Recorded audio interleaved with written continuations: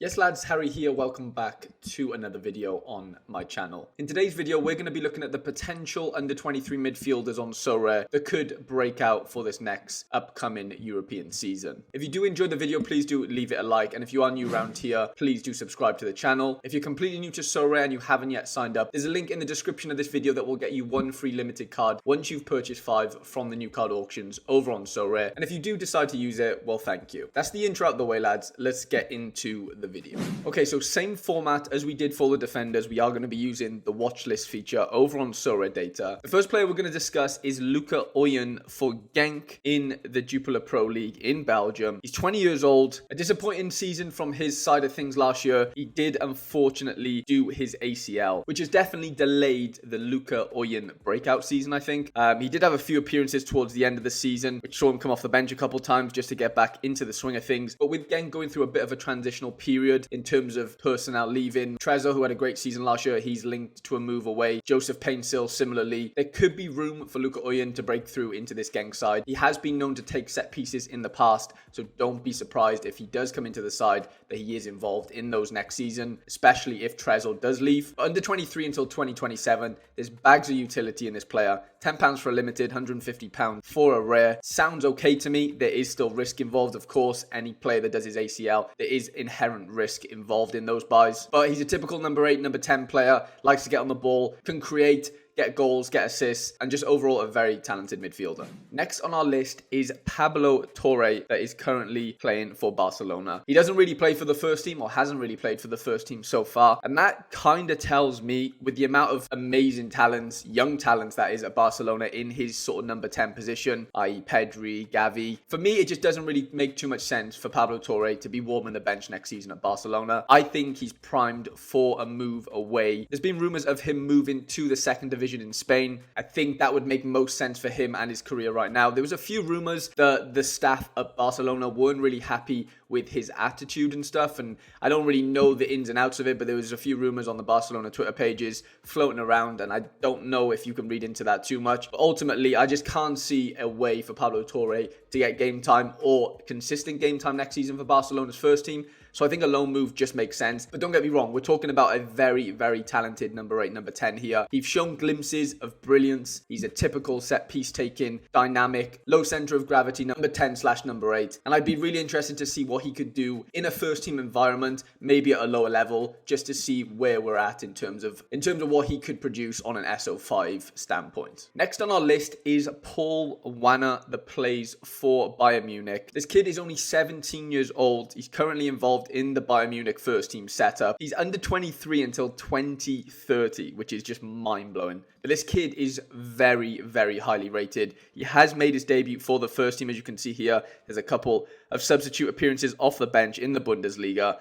I mean, there's one there with a yellow card against Wolfsburg, but other than that, there's not much to really show in terms of data. If you watch this kid play, just type in his highlights on YouTube and you're going to see an absolute wonder kid in the making. He does remind me a little bit of a left-footed version of Musiala. Tall, rangy, great dribbler. Like, he's probably not going to be starting every game for Bayern Munich next season. But I do see us as a football community and as a Sorare community. I think we're going to know a lot more and see a lot more from this kid next season. Is he going to be a viable SO5 piece? Maybe not. But I do think we will see a breakout season for him in glimpses. If not this season, then definitely next season. I can guarantee you we're going to see glimpses next season of how good this kid can be. The next player we're adding to our list is Kang In Lee. It shows he's playing for Mallorca here, but he has recently moved to PSG in the French league. Look, this is an interesting one for me. Don't get me wrong, he probably did break out last season in terms of, if we're looking at those SO5, L5, L15 and L40s. There's some great numbers there.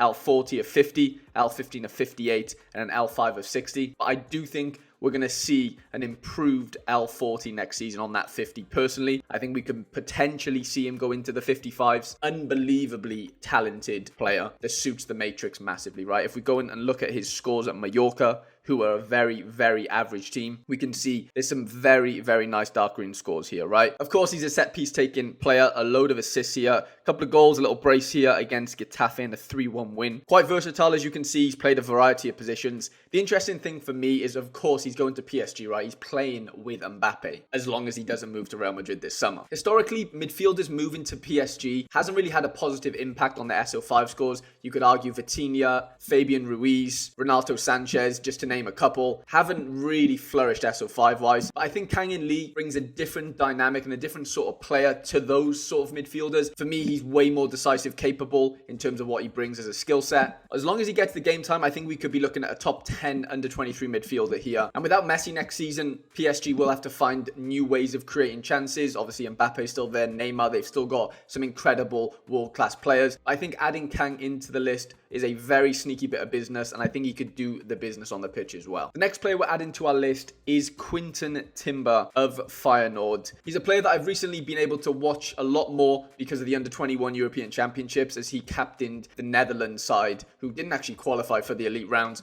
But regardless, Quinton Timber really, really impressed me, if I'm being honest. I don't think he's as good as his brother. Obviously, different skill sets, different positions, but a player who I think can flourish next season in this Feyenoord team. Feyenoord's midfield next season will be without Kochu, who's obviously moved to Benfica, and I think in his own right is going to be an absolute unbelievable player over there. I think Timber can be allowed to attack a little bit more, potentially get involved in more DAs. As you can see here, he went through a spell of injuries and came back and didn't really score that well. He scored okay, but before that, 86, 78, 87 at the start of the season. Some really, really nice scores there. And look, are we looking at a top 5 under-23 midfielder for next season? Probably not. He's under 23 until 2025, so you've got a couple of years left on him. He's not at a terrible price, I don't think. I think he's priced relatively well.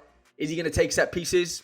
Maybe not, but I think he's the type of midfielder that can bring a lot to the table as an all-round game. I think his defensive contributions, as well as what he can bring in an attacking sense, could give him a very, very decent all-round base score. And if he can add those decisives like Kochu did last season, I know he had set pieces, don't get me wrong. But I do think there is room for Timber to improve his scores from last season, looking into this next European season. The next player we're adding to our list is Oskar Glik, that plays for the Israeli national team and Salzburg in the Austrian Bundesliga. A 19-year-old centre midfielder that definitely falls into the category of potential wonder kid. He was bought as an 18-year-old for £7 million in January, and look, he hasn't really hit the ground running in terms of his scores for Salzburg. As you can see here, there's some good scores for the Israeli under-21 team that he's currently playing in. But before that, there's quite a few substitute appearances.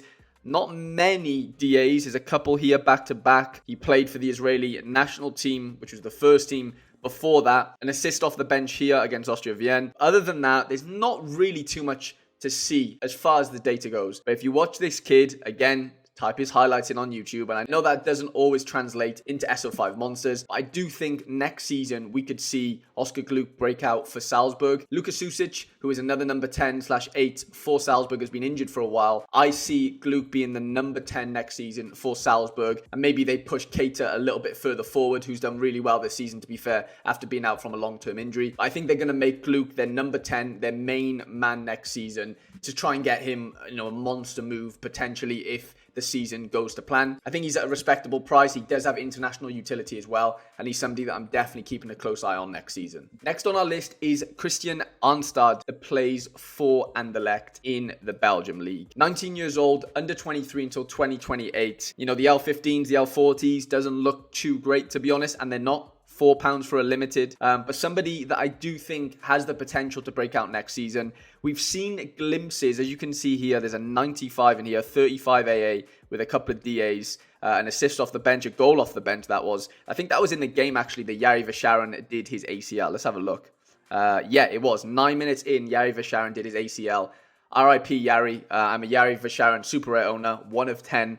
I'm a big fan of his. I do think the fact that Yari is out injured until 2024 with a long-term injury, for me, it means that Arnstad is going to play a more prominent role in this Anderlecht midfield next season. We've seen glimpses in games like this against Cercle Bruges, 33 AA, 16 AA here in 77 minutes against Westerlo. There's been games where he has done really, really well AA score-wise, and I think we're going to see a lot more of that consistency next season as long as he's given the chance. He definitely started a bunch of games last year, but it was starting, then on the bench, then starting again, then back on the bench, not even in the squad, 45 minutes. There was just no consistency in his playing time. It does look like he loves a yellow card as well, but somebody that has bags of ability, an industrial midfielder that definitely has DAs in his game. I'm not saying he's Yari Visharan, I'm not saying he's going to score as well as he did, but there's definitely scope for Almstad to break out next season in this Anderlecht side. And last on our list is Sven Minance, who is at AZ Alkmaar in the Eredivisie. He's 23 years old. He's one of the older on our list. Look, you could argue he did break out last season. That was kind of the reason why AZ went out and bought him. He was playing for Sparta Rotterdam in the same league, did really, really well, and AZ came in and bought him. But for me, this is going to be the Sven Minance show at AZ next season. It looks like Tijani Reinders is off to AC Milan. That's not confirmed, but that is kind of the news. I think it's time for Jasper Karlsson to move on. I'm not saying Jasper Karlsson plays in the same position as Sven Minance, but I think the important thing is to remember Jasper Karlsson was a massive part of the set piece taking at AZ Alkmaar, got him a load of assists, and I think Sven could be the successor to that. There's not really anyone in the squad that I can think of, unless they go out and buy more, that could be capable of doing so. He's already taken set pieces. He is left-footed, so they did utilize that from one side of the corners last year after he moved from Sparta Rotterdam. He's under 23 until 2024, so you've got him for a full season next year. He's not cheap, like he's not expensive, but he's not massively cheap. As a £15 limited, there's definitely an argument to say that he broke out last year. I think next year we could potentially be seeing a top 5, but definitely top 10 under 23 midfielder next year in Sven Minance at AZ Alkmaar. Just looking at some of his scores down here, he's so capable of hitting those peak scores, right? A couple of hundreds in here, some 90s, some high 80s, a load of 70s. He has been playing for the Netherlands and at the Euros, but before that, there's been some really encouraging scores. 22 AA back-to-back, 19, 39 AA with 2 decisives. He's so capable of hitting these peaks. It's incredible. And as a rare, I think he's relatively priced, personally. Like, for somebody that could potentially be the main man at AZ next year, there's definitely competition. You got Jordi Mihailovic, who is aging out, of course, who is a very good player in his own right. I think Sven Minance seems to be the successor of the Tijani Reinders scores, of the Jesper Karlsson scores. Again, all different players and all bring different qualities. But Sven's got a lovely left foot. He's really, really elegant, but he's very industrial as well. He's always making tackles, interceptions. He gets his long legs in the way, and he does rack up some really good AA scores defensively, as well as what he can do on the ball from an attacking perspective. I think he has a great chance of being one of the better under-23 midfielders next season in this AZ side. I don't own one. I'm not being biased or anything. I do have my eyes on him. I think he's a great player. I don't really need too many more under-23 midfielders right now, but he is somebody that I think should be on most people's lists to be looking to pick up, and I'm just excited to see how well he gets on next year. Right, lads, I hope you found some value in the players that I mentioned to you just then. If you did, and you did enjoy the video, please do leave it a like. If you are completely new, please do subscribe. It does mean a lot to me. The forward version of this video will be coming out in the next few days, so look out for that. Hope you have a great day, guys. Hope you have a great game week, and I shall see you in the next video.